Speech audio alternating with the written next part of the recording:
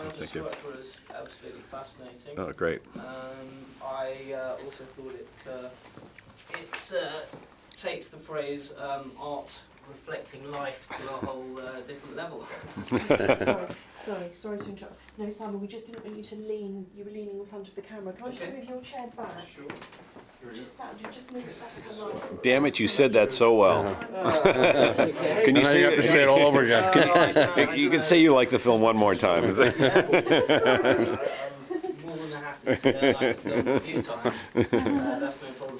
So, perhaps we could just start. I just wanted to know from you guys, how does the Hollywood you presented in this film compare to the real Hollywood, real life Hollywood, should I say? Well, we each have different point of views the way we see things, but from my point of view, it's just spot on, truthful. I mean, sure, it's funny, sure, it's preposterous, but funny and preposterous things happen in Hollywood all the time, and so does the treachery and the jealousy and all of the other things that would amuse people. So, yeah. And I was just wondering, it was a great book. What made you turn the book into a film? Well, I read the book and I laughed through the whole book. So I called Art and I said, why don't we try and make this into a movie? I'll tell you how actually it worked. I said, no, it's not a movie. It's just a book trying to let people see what it's like in this town. He goes, no, it's funny. And then he called again and we talked again. He said, you should do it. And then he said, if you do it, I'll do it. And then I went, okay, then I'll do it. Yeah. You've had extensive experience in the industry from various different points of view. How would you say that the industry has changed from, I suppose, towards the 60s when you started? Do you think it got easier or tougher? Well, some things haven't changed at all, and some things have changed profoundly. What hasn't changed at all is it's still hard to get movies made. It was then. It's still hard to get movies to be seen and appreciated. It was then. And the stakes were high then, and the stakes are high now. The difference now is that things cost a lot more, profoundly more.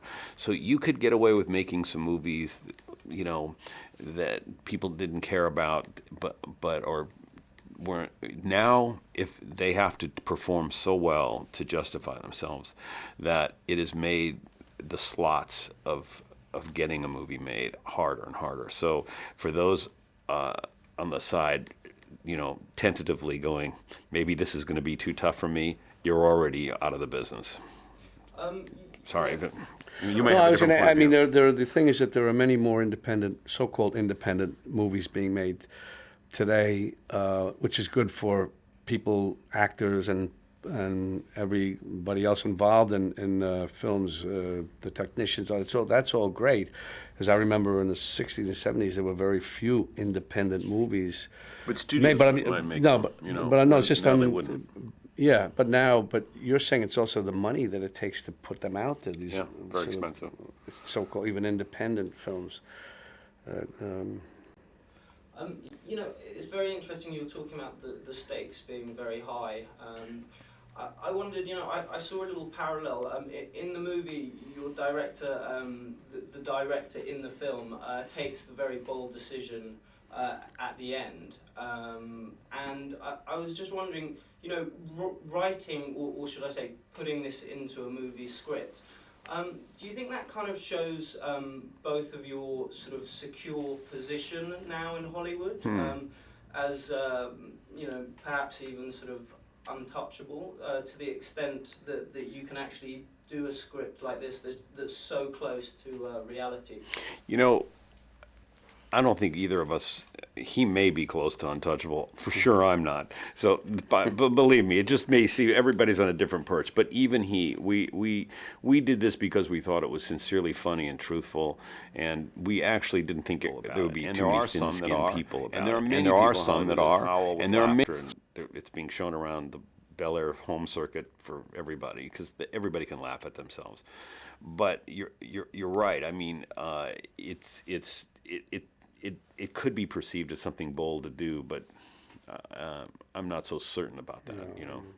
No, it's not done in a mean-spirited Yeah. way. It's and Art has a great sense of humor, and that you see in the whole story, the whole film, as you did in the book. I think the courage of it at all is to watch all of these people who are profoundly successful and desperate at the same time hang on.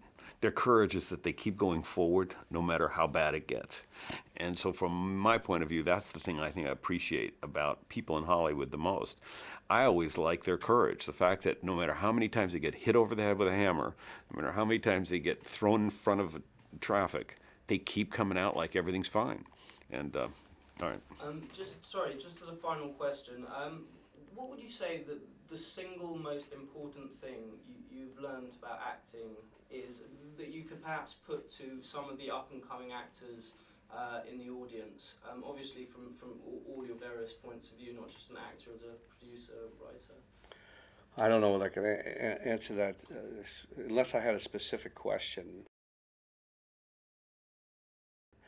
I'd be very good at giving anybody an answer to things, but I can't give like a general thing. I can't think of anything at this point. Perhaps even just a sort of any tips or tricks to getting through the audition process? Or It's all, when you're auditioning for something, and if it's just, I think the most important thing is, as I tell young actors, or if I happen to be talking to them, giving them advice about going for an audition, don't worry. If you're meant to get it, you're going to get it. If not, you're not. So don't jump through hoops. You just be relaxed, free, do your thing, and just don't care, because it's just it's not going to change anything. It'll only make it better, because I see more of you, who you really are, as opposed to trying to surprise or do anything, or constrict yourself. I think that's more important, in movies especially. The irony thing is, sometimes for me, from a different point of view, because I'm not an actor, you sometimes see something in somebody that had nothing to do with what they were preparing. And it's that thing that you kind of remember. It always surprises you. The reading might have been just modest, but there was something special. It's like we had a reading. Well, it reminds me of something we did together, This Boy's Life, and we had a bunch of kids reading, and Leonardo DiCaprio was there, and there was another kid reading the part that Leo wound up doing in the movie. Yeah. And we spoke. I said, Leo, this kid's No, got but something. you're the one who said it. It was more like, remember Michael Caton Jones and I were sitting like where that door is, and Bob was right there with Leo, and did about 5 of these, and he had to go back to New York, and he gets up and he just turns to Michael and he goes, the kid, the second to the last kid, that's the right kid. And we're kind of looking, we can't tell, and then at night we looked at the playback and it was like, okay. Fantastic. Yeah. So thank you very much for your time. It was a pleasure. Yeah.